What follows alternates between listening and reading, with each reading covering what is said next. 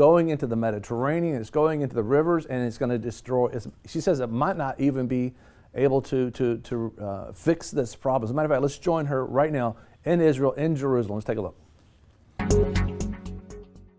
Hello and welcome to Ask the Source. I'm your host, Josh Reinstein, and we're here in a beautiful day on our rooftop studio in Jerusalem. My guest today is Member of Knesset, Sharon Haskell. Member of Knesset Haskell, thanks for being on the show. Thanks for inviting me. Tell us a little bit about yourself. Okay, so I was born in Canada. I grew up here in Israel since I was 1 year old. I joined the military at the age of 18. I served for 3 years as a combat soldier here around Jerusalem during the second Intifada. That was the time of the bombings as well, the suicide bombers. After my military service, I moved to the States. I lived in California for a year. From there, I moved to Australia. I lived in Australia for about 6 years, training as a veterinarian nurse. I worked in Sydney, and I volunteered in an animal welfare NGO. About 4 years ago, I decided to move back here to Israel to make a change as well in the life of all Israelis. Member of Knesset Haskell, you're a member of the Likud party, but one of the main focuses that you're looking into is environmental problems that have occurred because of the signing of the Oslo Accords. Can you tell us about the paper that you've developed? Okay, so one of the problems it's not a problem, in the Oslo Accord, the Palestinian Authority committed to build treatment plants for all the sewage around their territories.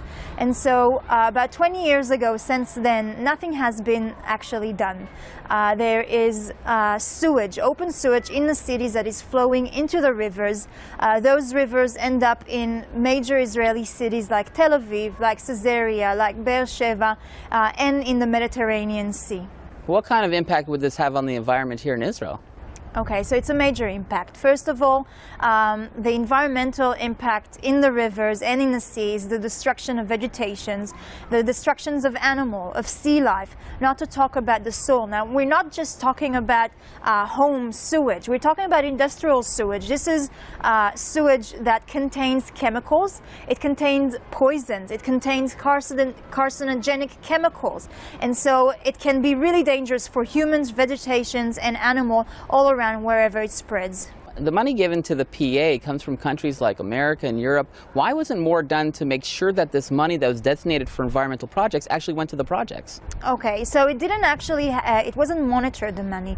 The United States and Europe were giving all these funds into the Palestinian Authority. Every time there were claims that it's not enough money to build those treatment plants, or it's not enough in order to maintain those treatment plants. And we see that it's been 20 years and nothing had been really done still till now. What can be done? Okay, so first of all, it's important to write about it, to bring the awareness about it as well. Me, with the paper that I was writing with a group of researchers and with the help of the Knesset, we formed a paper that we are sending now to different parliaments around Europe, around America, to tell them to stop giving funds for something that is not being treated. More than that, it's important to raise these issues. Some of these problems with the sewage might be irreversible problems. For example, there's the water aquifer under the mountain of Judea and Samaria is one of the biggest water supplies to Israel and to the Palestinians as well. If any of this contamination enters into this aquifer, this is going to be an irreversible damage. These clean waters are not going to be, we're not going to be able to use them. More than that, some of the Palestinians are actually using footage of open sewage, of dirt and pollution, and saying it's all of Israel's fault. And it's important to raise this awareness so that they know it's not actually Israel that has caused this problem. It's the Palestinian Authority that is not making what it guaranteed to do in these agreements. More than that, it doesn't let Israel help them, because Israel numerous times has tried to treat this problem. It actually even built different infrastructure around the Jewish areas. In order to plug the Palestinians' villages to the Jewish settlements around as well. and they refuse to do it. Every single solution that Israel offered, they refused to actually cooperate on it. So I think one of the main things that needs to be done is international pressure, bringing the awareness of everybody to this issue. You know, at the same time that we're seeing the Palestinian Authority abusing all these different funds, whether it be for education or environment or really everything, there's a real double standard coming from Europe where they're labeling products from Judea and Samaria. Why the double standard? Okay, so it's really a question that we need to ask them. First of all, we need to understand that it's a racist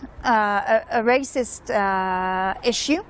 Because we've noticed as well with the BDS, they're not actually boycotting, for example, if they're boycotting academics, people who come to lecture in university, they don't boycott Israeli Arabs who come to lecture there. They're boycotting Jews Jews Israeli who come to lecture there. Same with industrial products. You know, they're not boycotting products from Israeli Arabs factories. They're boycotting Jewish Israeli factories, and so they're not actually boycotting Israel. They're boycotting Jews. This is the first issue. The second issue is really a double standard. They're not labeling, in Morocco.